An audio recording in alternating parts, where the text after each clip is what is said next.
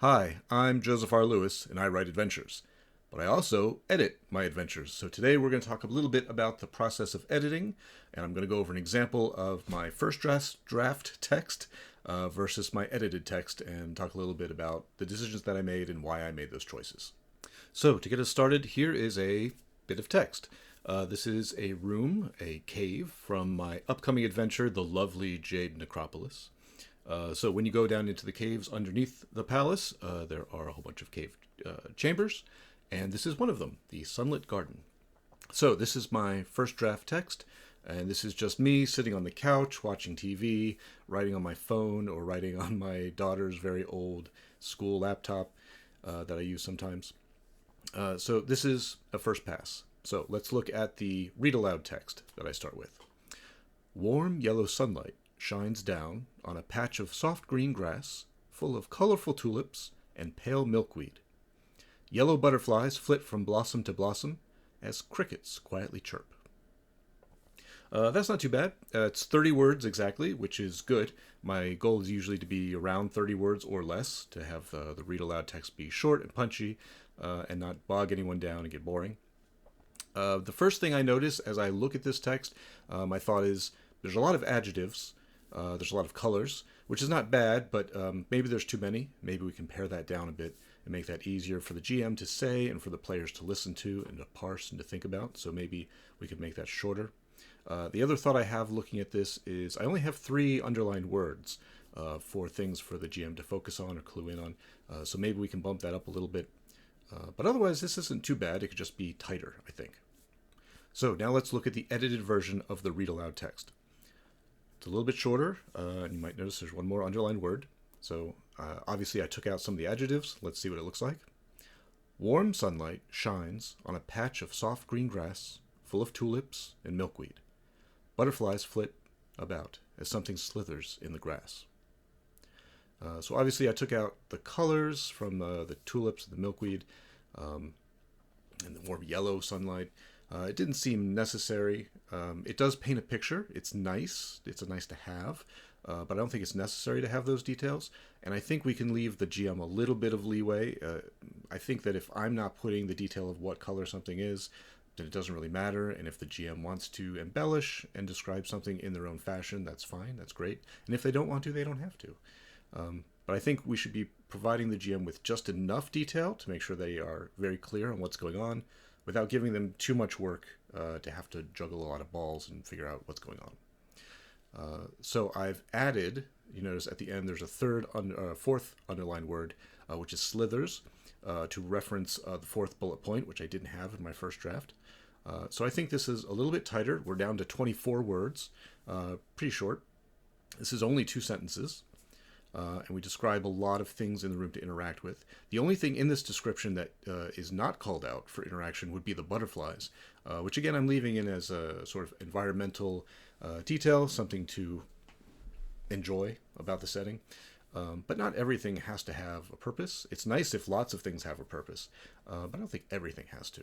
And then again, this is something that the GM can clue in on if they want to, and then maybe they can make something happen with the butterflies if they want, but it's not necessary.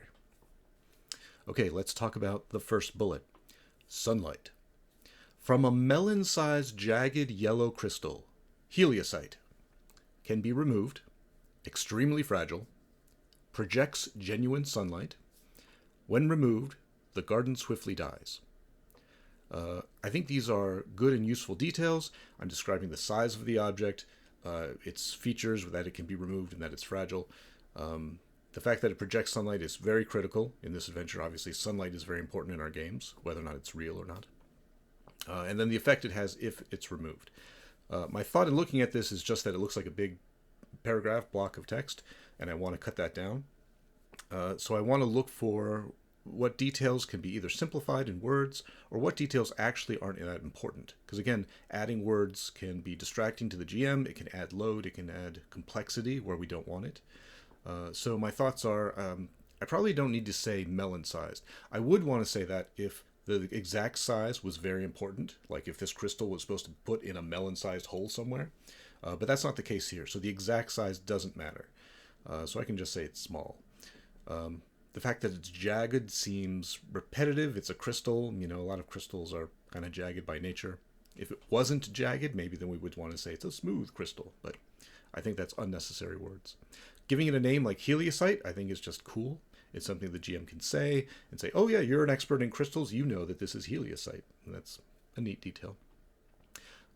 It can be removed. This is important because it would be good if the players take this ball of sunlight with them. But the last sentence says when removed, which implies that it can be removed. So I've actually said the same thing twice. So I can just take that out. I don't need to say it can be removed. It makes genuine sunlight. That is important. I want to keep that. And then the detail at the end, again, when removed, the garden dies, is interesting, and it's a consequence of an action. So I think that's important. So let's look at the edited text. So here you can see the edits. It's just the same stuff, just a little bit tighter. So in the ceiling, a small yellow crystal, heliosite, projects real sunlight. It doesn't need to be genuine. It can be a shorter word. You could say real. And when removed, the garden dies. I took out swiftly. We don't need all these adverbs. I think it, and then again, we give the GM the license to make it happen however they want to describe it. It's just the garden dies because of the lack of sunlight. So I think we still hit all the points. It's small, it's mobile. I took out fragile. It's a crystal. Hopefully the GM will want to smash it or take it away from them at some point because they're carrying around a ball of real sunlight. But it hits all the same points, lots of details, smaller, tighter words, fewer adjectives and adverbs, and I think that's pretty good. Okay, second bullet, tulips. The bulbs are toxic. Eat a bulb and fall into a coma for 1d4 days. I don't like the fact that the little block of text falls off onto a third line. That just annoys the designer in me. So I want to make this tighter if I can and focus on just what's mechanically interesting about interacting with the tulips, if necessary. So here's the edit. Tulips eat a blossom to fall into a coma for 1d4 days. I think that hits the only thing that's critical. I don't need to say it's toxic and it has this effect. I can just say it has this effect. And I want to focus not so much on the bulbs. I thought about this for a minute and I realized, why do I care what part of the plant it is? Again, maybe the GM can say, oh, it's the leaves or it's the petals or it's the bulb. Give them that freedom. I just looked up stuff about tulips and they can be toxic, and it doesn't need to be that precise. And it doesn't need to take up as many words as it did. So I just tightened it up a little bit. It has the same effect. And also it's going to be parallel with what comes in the next bullet, which is good. Parallel structure is, again, easier for everyone to read and understand. So you're about to see why. Bullet number 3. Milkweed attracts butterflies. Eat a blossom and be immune to pain for 1d4 hours. That's not bad. It's very similar mechanically to the one before. I don't think we need the detail about it attracting butterflies. That's a fact from the real world. I love milkweed. I have it at my house because it attracts butterflies.